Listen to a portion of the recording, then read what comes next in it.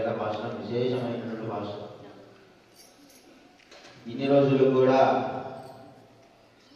ముందు 3 భాషలు ధర్మార్థ కామ మోక్షాలకి ఆధ్యాత్మిక, ఆదిదేవిక, ఆదిభౌతిక అనేటటువంటి ప్రతీకలుగా ముందు 3 భాషలు ఉంటుంది.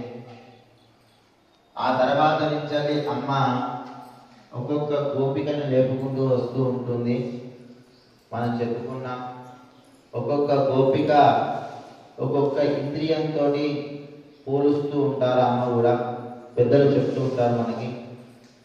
ఒక్కో గోపిక, ఒక 5 మంది గోపికలు కర్మేంద్రియాలు, మరి ఒక 5 మంది గోపికలు జ్ఞానేంద్రియాలకు సంబంధించినటువంటి వీళ్ళు సూచిస్తూ ఉంటారు. వీటిల్లో అహంకారం అనేటటువంటిది ఎప్పుడైతే మనస్సుకి అది వ్యాపిస్తుందో, అలాంటి అహంకారం అనేటటువంటి తాళాన్ని తీయాలి అని అన్నప్పుడు దానికి కావాల్సినటువంటి మార్గము గురువుని ఆశ్రయించడము అని. ఆ గురువుని ఆశ్రయించినప్పుడు మనకి అక్కడి నుంచి భగవత్ యొక్క కళ్యాణ గుణగణాలను మనకి బోధిస్తూ, మనకి ఉపదేశిస్తూ, ఆ కళ్యాణ గుణగణాలన్నింటినీ ఉపదేశించినప్పుడు ఆ యొక్క జ్ఞానము చేత అజ్ఞానము అనేటటువంటి తాళము తెరుచుకొని జ్ఞానము అనేటటువంటి ఉషకాలము, సూర్యోదయము, తెల్లవారడము అనేటటువంటి ఉపదేశాన్ని మనకి తెలియజేస్తూ అక్కడి నుంచి అమ్మ పరమాత్మను చేరుకోవడానికి కావాల్సినటువంటి మార్గాన్ని నిర్దేశం చేస్తూ ఒక్కొక్క గోపిక ఒక్కొక్క సంబంధించినటువంటి విశేషమైనటువంటి గోపికలు, ఒక్కొక్క గోపికకు ఒక్కొక్క విశేషం ఉంటుంది. ఒక గోపిక భగవంతుడి మీద కీర్తన చేస్తూనే ఉంటుంది. ఒక గోపిక మనం దాని గురించి చెప్పుకోలేదు మనం. ఎందుకనంటే మధ్యలో మనకి ఈ పంచ జ్ఞానేంద్రియాలు, కర్మేంద్రియాలు అనేటటువంటి పాశ్రాల గురించి అనుసంధానం చేసుకుంటూ వెళ్తూ ఉంటుంది అమ్మ. ఆ అనుసంధానం చేసుకునేటువంటి దాంట్లో మనకి సమయం సందర్భం లేక మనం దాని చేత మనం ఆ గోపిక గురించి మనం తెలుసుకోలేకపోయాం. ఆ గోపిక ఎలా ఉంటుంది అంటే పరమాత్మ యందు ఎప్పుడు తలుపులు పెట్టేసుకొని పరమాత్మ యందు నిశ్చలమైనటువంటి మనస్సుతోటి ఎప్పుడు శ్రీకృష్ణ నామావధం చేత ఎప్పుడు నామకీర్తనం చేస్తూనే ఉంటుంది ఆ గోపిక.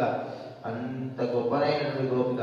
అలాంటి గోపిక పరమాత్మ యందు మనస్సు ఉండదంట. పరమాత్మే ఈ గోపిక యందు ప్రేమానురాగాలు చేత ఉంటాడంట స్వామి. అలాంటి ఆ గోపిక ఏమిటి అనేటటువంటి విషయాన్ని మనం తెలుసుకుంటూ వచ్చాం. కానీ ఇవాటి వేళ ఏమిటి అంటే ఈ గోపికలందరినీ లేపుతూ పరమాత్మ యందు దగ్గరికి వెళ్ళడానికి కావాల్సినటువంటి మార్గనిర్దేశం చేస్తూ వస్తూ ఉంటుంది అమ్మ. అందుకనే అలాంటి మార్గనిర్దేశనం చేసేటటువంటి పాశ్రం, ఆ పాశ్రంలో ఇవాటి వేళ స్వామి దగ్గరికి చేరుతూ ఉండేటటువంటి పాశ్రం. ఏమిటి పాశ్రమం అనంటే ఇవాటి వేళ గోపికలందరూ కలిసి శ్రీకృష్ణ భవన మందిరాన్ని దగ్గరికి చేరుకుంటూ ఉంటారు. చేరుకుంటూ ఉంటే ధ్వజుడు ధ్వజాన్ని ఎత్తుకొని శ్రీకృష్ణుడికి ఉనికిని తెలుపుతూ, ఆ భగవంతుడు ఉనికిని తెలుపుతూ ఉండేటటువంటి ఒక ధ్వజం ఉంటుంది. ఆ గరుడ ధ్వజాన్ని ఎత్తుగా ఉంటుంది. ఆ గరుడ ధ్వజం దగ్గర నుంచి అలా దాన్ని చూసుకుంటూ ద్వారపాలకుల దగ్గరికి వచ్చి ద్వారపాలకులను అడుగుతూ ఉంటుంది, మేము శ్రీకృష్ణుడి దగ్గరికి వచ్చాము, పరై అనేటటువంటి మాకు అనుసంధానాన్ని చేస్తానన్నారు స్వామి, అందుకనే మేము వచ్చాము, తలుపులు తీయండి అని చెప్పేసి ద్వారపాలకులను అడుగుతారు. ఆ ద్వారపాలకులు అడిగినప్పుడు ద్వారపాలకులకి గోదామ వారికి సంభాషణ జరుగుతూ ఉంటుంది. అక్కడ మేము శ్రీకృష్ణుని వచ్చాము, మాకు శ్రీకృష్ణుడు రమ్మనే మాకు చెప్పాడు, అందుకనే మేము వచ్చాము, తలుపులు తీయండి అని చెప్పేసి ఆ ఆండాలమ్మ ఆ యొక్క వారిని అడుగుతూ ఉంటుంది. అందుకనే అక్కడ గోపికలందరూ కూడా కలిసి తాళం తెరవమని ప్రాధేయపడుతూ ఉంటారు. ద్వారపాలకులు అభ్యంతరం చెప్తూ ఉంటారు. ద్వారపాలకులు కూడా ఎంత అభ్యంతరం చెప్పినా కూడా అమ్మ వినకుండా శ్రీకృష్ణుడే రమ్మన్నాడు అని చెప్పుతూ ఆ ద్వారపాలకుని తలుపులు తెరవమని చెప్పి అడుగుతూ ఉంటుంది. ఇక ఇరుకున పట్టినటువంటి ఆ ధ్వజ సంరక్షకుడు ఎవరైతే ఉంటాడో ఆ ఉనికిని తెలిపేటువంటి ధ్వజాన్ని పట్టుకొని ఆ గరుడ ధ్వజాన్ని పట్టుకొని ఉన్నటువంటి ఆ ధ్వజ సంరక్షకుడు ఎవరైతే ఉంటారో ఆ ధ్వజ సంరక్షకుడు కూడా స్వామిని మేలుకొల్పుదా, మిత్ర సౌందర్యాన్ని మేము మేల్కొను సౌందర్యం చూడవచ్చా అని అడుగుతూ ఉంటారు. మనకి ఏమిటి అని అంటే మనకి చాలా వరకు చిన్న సంటి పిల్లలను చూసినప్పుడు మనకి వారు లేచి ఆడుకునేటప్పుడు దానికంటే ఒక్కసారి వారు నిద్రపోతున్నప్పుడే వారి సౌందర్యం చాలా బాగా కనిపిస్తూ ఉంటుంది. అక్కడ మనకి దాన్ని చాలా విధాలుగా వర్ణించవచ్చు. ఒక పువ్వు ముడుచుకొని ఉన్నదా, ఒక్కొక్కసారి పువ్వు ముడుచుకొని దగ్గరగా అప్పుడే విచ్చుకుంటూ ఉండేటటువంటి సౌందర్యం చాలా అద్భుతంగా కనిపిస్తూ ఉంటుంది పువ్వు. అదే బాగా విచ్చుకుంటే ఇంకో సౌందర్యంగా కనిపిస్తూ ఉంటుంది. అదే మన సూర్యుని కూడా చూసుకున్నప్పుడు అక్కడ ఎర్రగా అరుణోదయ కాంతుల చేత అలా పైకి వస్తున్నటువంటి సూర్యుని చూస్తే చాలా అద్భుతంగా మనసు ప్రశాంతంగా ఉంటుంది. అదే సూర్యుని కొంచెం పైకి చూసినప్పుడు ఇంకో అందంగా కనిపిస్తుంటాడు. అదే సూర్యుడిని ఇంకా పైకి వచ్చినప్పుడు మధ్యాహ్నం చూసేటప్పటికి మనకి చూడలేము ఆ సౌందర్యాన్ని. అలానే శ్రీకృష్ణ పరమాత్మ పవలించి ఉన్నటువంటి శయ్య మందిరంలోకి వెళ్ళి ఆ శయ్య మందిరంలో పడుకున్నటువంటి కృష్ణుడి యొక్క సౌందర్యాన్ని మేమందరం కూడా మేము అనుభవించవచ్చా, మేమంతా కూడా చూసి ఆనందించవచ్చా అని అడిగినప్పుడు ఆ ద్వారపాలకుడు ఇంకేం మాట్లాడలేకపోయి వారికి ఆజ్ఞ ఇస్తారు. ద్వారపాలకుడు ఆజ్ఞ ఇచ్చినప్పుడు అమ్మ లోపలికి వెళ్ళండి అని చెప్పేసి చెప్తూ ఉంటుంది. ఇక్కడనే మనకి పెద్దలందరూ కూడా మనస్సుకి అజ్ఞానము అనేటటువంటి తాళం వేసి ఉంటుంది కదా, ఆ తాళం తెరవాలి అని అంటే కావాల్సినటువంటి మార్గం కూడా మనకి ఇక్కడ నిర్దేశం చేస్తూ ఉంటారు. ఇక్కడ అహంకారం అనేటటువంటి తాళాన్ని మనకి ఎలా తెలుసుకుంటాయి అనేటువంటిది జీవితానికి కావాల్సినటువంటిది సాధన చేయాలనిపిస్తుంది. మనం ఒక్కొక్కసారి కూడా జీవితంలో ఎంత చేసినా కూడా ఇంకొంచెం చేస్తే బాగుండు, ఇంకా కొద్దిగా చేస్తే బాగుండు, ఇది పూర్తిగా చేసుకుంటే బాగుండు అని చెప్పేసి చెప్తూ ఉంటారు. ఎలా అంటే అబ్బాయి పుట్టాడు, అబ్బాయిని పుట్టగానే మనకి వివాహం చేయాలి, విడిచిపెట్టాలి. కానీ అలా ఉండదంట.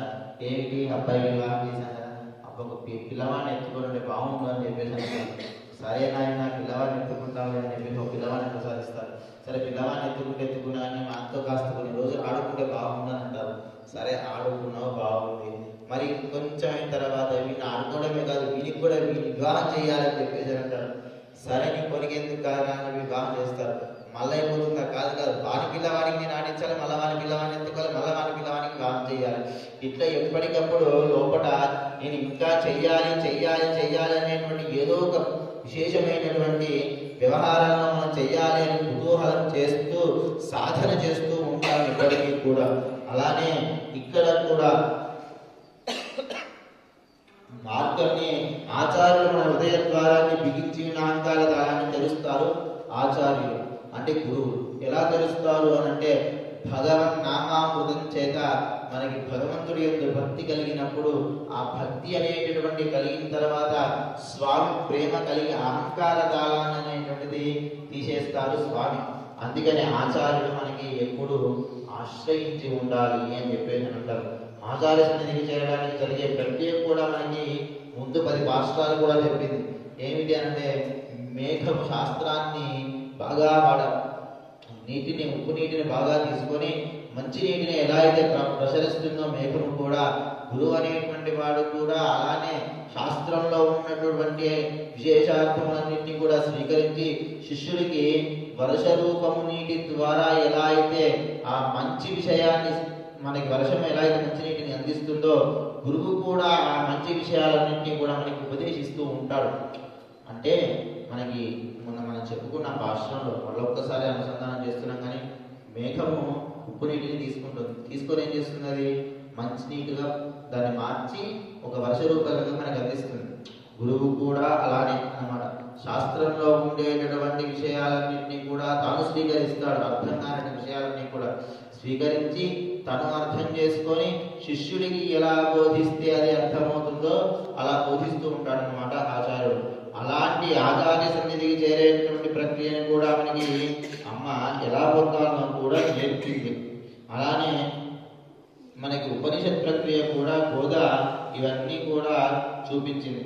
వీరన్నీ నిష్కలంకమైనటువంటి భగవత్ ప్రేమయే క్రమాలన్నీ సమకూర్చేటట్టు చేస్తూ ఉంటుంది అని కూడా మనకు చెప్తుంది అమ్మ. అలా తాళాలు తీసుకొని వెళ్ళండి అని చెప్పి మనకి అక్కడ ద్వారపాలకులు చెప్పగానే అక్కడ అమ్మ అంటుంది, మీరు చెప్తే ఆ తాళాలు వినవు, మీరు చెప్తేనే తాళాలు వింటాయి అని చెప్పేసి చెప్తారు. మనకి వాటి రోజున తాళాలు చేయాలంటే ఏం కావాలి, మనకి ఆ తాళం చేయి పెట్టి తిప్పితే కానీ తాళం తెచ్చుకోదు. కానీ ఆ కాలంలో ద్వారపాలకులు ఏమిటి అంటే ఆ ద్వారపాలకులు చెప్పుతేనే తాళం తెచ్చుకుంటుందంట. వాయిస్ రికగ్నిషన్ అని మనం ఇప్పుడు సోషల్ మీడియా ద్వారా మనం ఇప్పటి సంభాషణలో చెప్పుకోవాలంటే వాయిస్ రికగ్నిషన్ అంటాం. ఎవరైతే మాట్లాడతారో ఆ వారి యొక్క మాటకి, ఆ యొక్క గొంతుకి, ఆ యొక్క వాగ్ధాటికి, ధ్వనికి అనుకరించి ఆ యొక్క యంత్రము పనిచేస్తూ ఉంటుంది. ఇప్పుడు మనం అందరం చూస్తూ ఉంటాం, మన యొక్క కర్ణ పిశాచి అనేటువంటి ఫోన్ ద్వారా మనం చూస్తుంటాం. ఎప్పటికీ కూడా దీనికి ఒకటి కొత్తమైనటువంటి పేరనమాట. ఎప్పుడు చెవులలో మారు మోగుతూనే ఉంటుంది. వెనకట మంత్ర సాధకులు ఒక పిశాచిని ఉత్తేజింపజేసుకునేటువంటి వారు. ఏమిటి అంటే ఇక్కడ ఉండేటటువంటి కొన్ని వ్యవహారమైన విషయాలను ఒక చోటికి చేర్చాలి అంటే ఉత్తరాల ద్వారా కాకుండా పిశాచాల ద్వారా సాధన చేయవారంట వెనకటి కాలంలో మంత్ర సాధకులు. ఏమిటి అంటే దాన్ని బాగా సాధన చేసి ఉన్నప్పుడు ఆ పిశాచి ప్రత్యక్షమై మనం ఏది చెప్తే అది చేస్తూ ఉంటుంది. అలానే ఆ వ్యవహారాన్ని త్వరగా పంపించాలంటే దాన్ని ఉపయోగించేటువంటి పెద్దలు. ఇప్పుడు దానికి పెద్దలు ఇంకో దాన్ని కర్ణ పిశాచి అని ఫోన్కి కూడా నామకరణం చేసి దాన్ని విడిచిపెట్టారు. ఎందుకంటే ఎప్పుడు ఫోన్లో పట్టుకొని అది మెరమెరా అది కూడా అసలైన సాధన చేసినప్పుడు ఆ పిశాచి కూడా అలానే చోలో ఏదో ఒకటి గుయముయ తుమ్మిద ఎలాగే అంటుంటుందో ఈ పక్కన చోల మంత్ర సాధకుడు చోలో ఎప్పుడు అది మియా అంటూనే ఉంటుంది ఎప్పటికీ కూడా. దానికి కట్టుదిట్టం చేయాలంటే ఇంకో దేవత యొక్క ఉపాసన కూడా చేస్తూ సాధన చేస్తూ ఉండాలన్నమాట ఈ మంత్ర సాధకులు. దాన్ని ఎప్పుడు అదుపు పెట్టి ఉండాలి అంటే కూడా. అలానే ఆ యొక్క కర్ణ పిశాచి అనేటటువంటి దాని ద్వారా ఆ యొక్క తాళాలు ఏవైతే ఉంటాయో ఆ తాళాలన్నీ కూడా అక్కడ ఉన్నటువంటి ద్వారపాలకులు మాట్లాడుతూనే ఆ తాళాలు తెరుచుకుంటాయంట. ఇంకా ఎవరు మాట్లాడినా కూడా తాళాలు తెరుచుకోవంట. అలాంటి ఆ ద్వారపాలకులని అమ్మ ఉండేసి చెప్తుంది, మేము ఎంత చేసినా ఎంత చెప్పినా కూడా తాళాలు మాకు మాట వినవు, మీరే చెప్పండి అని చెప్పేసి చెప్తారు గోదామ వారు. అలా మన గోదామ అజ్ఞాన ఆవరణాన్ని అనేటటువంటి వెళ్ళి జ్ఞానాలు తీస్తే లోపల దైవ దర్శనం కలుగుతుంది అని చెప్పి మనకు చెప్తుంది. అంటే మన మనస్సుకి అజ్ఞానం అనేటటువంటి తాళాన్ని తెలిసినప్పుడు లోపల పరమాత్మ ఆత్మస్వరూపుడై ఉన్నటువంటి స్వామి దర్శనమిస్తాడు అని చెప్పి మనకి అమ్మ తెలియజేస్తూ ఉంది. అందుకనే మనకి ఉపనిషత్ సారాలలో కూడా మనకి చూసుకున్నట్టయితే ఆనందో విజ్ఞానోత్రం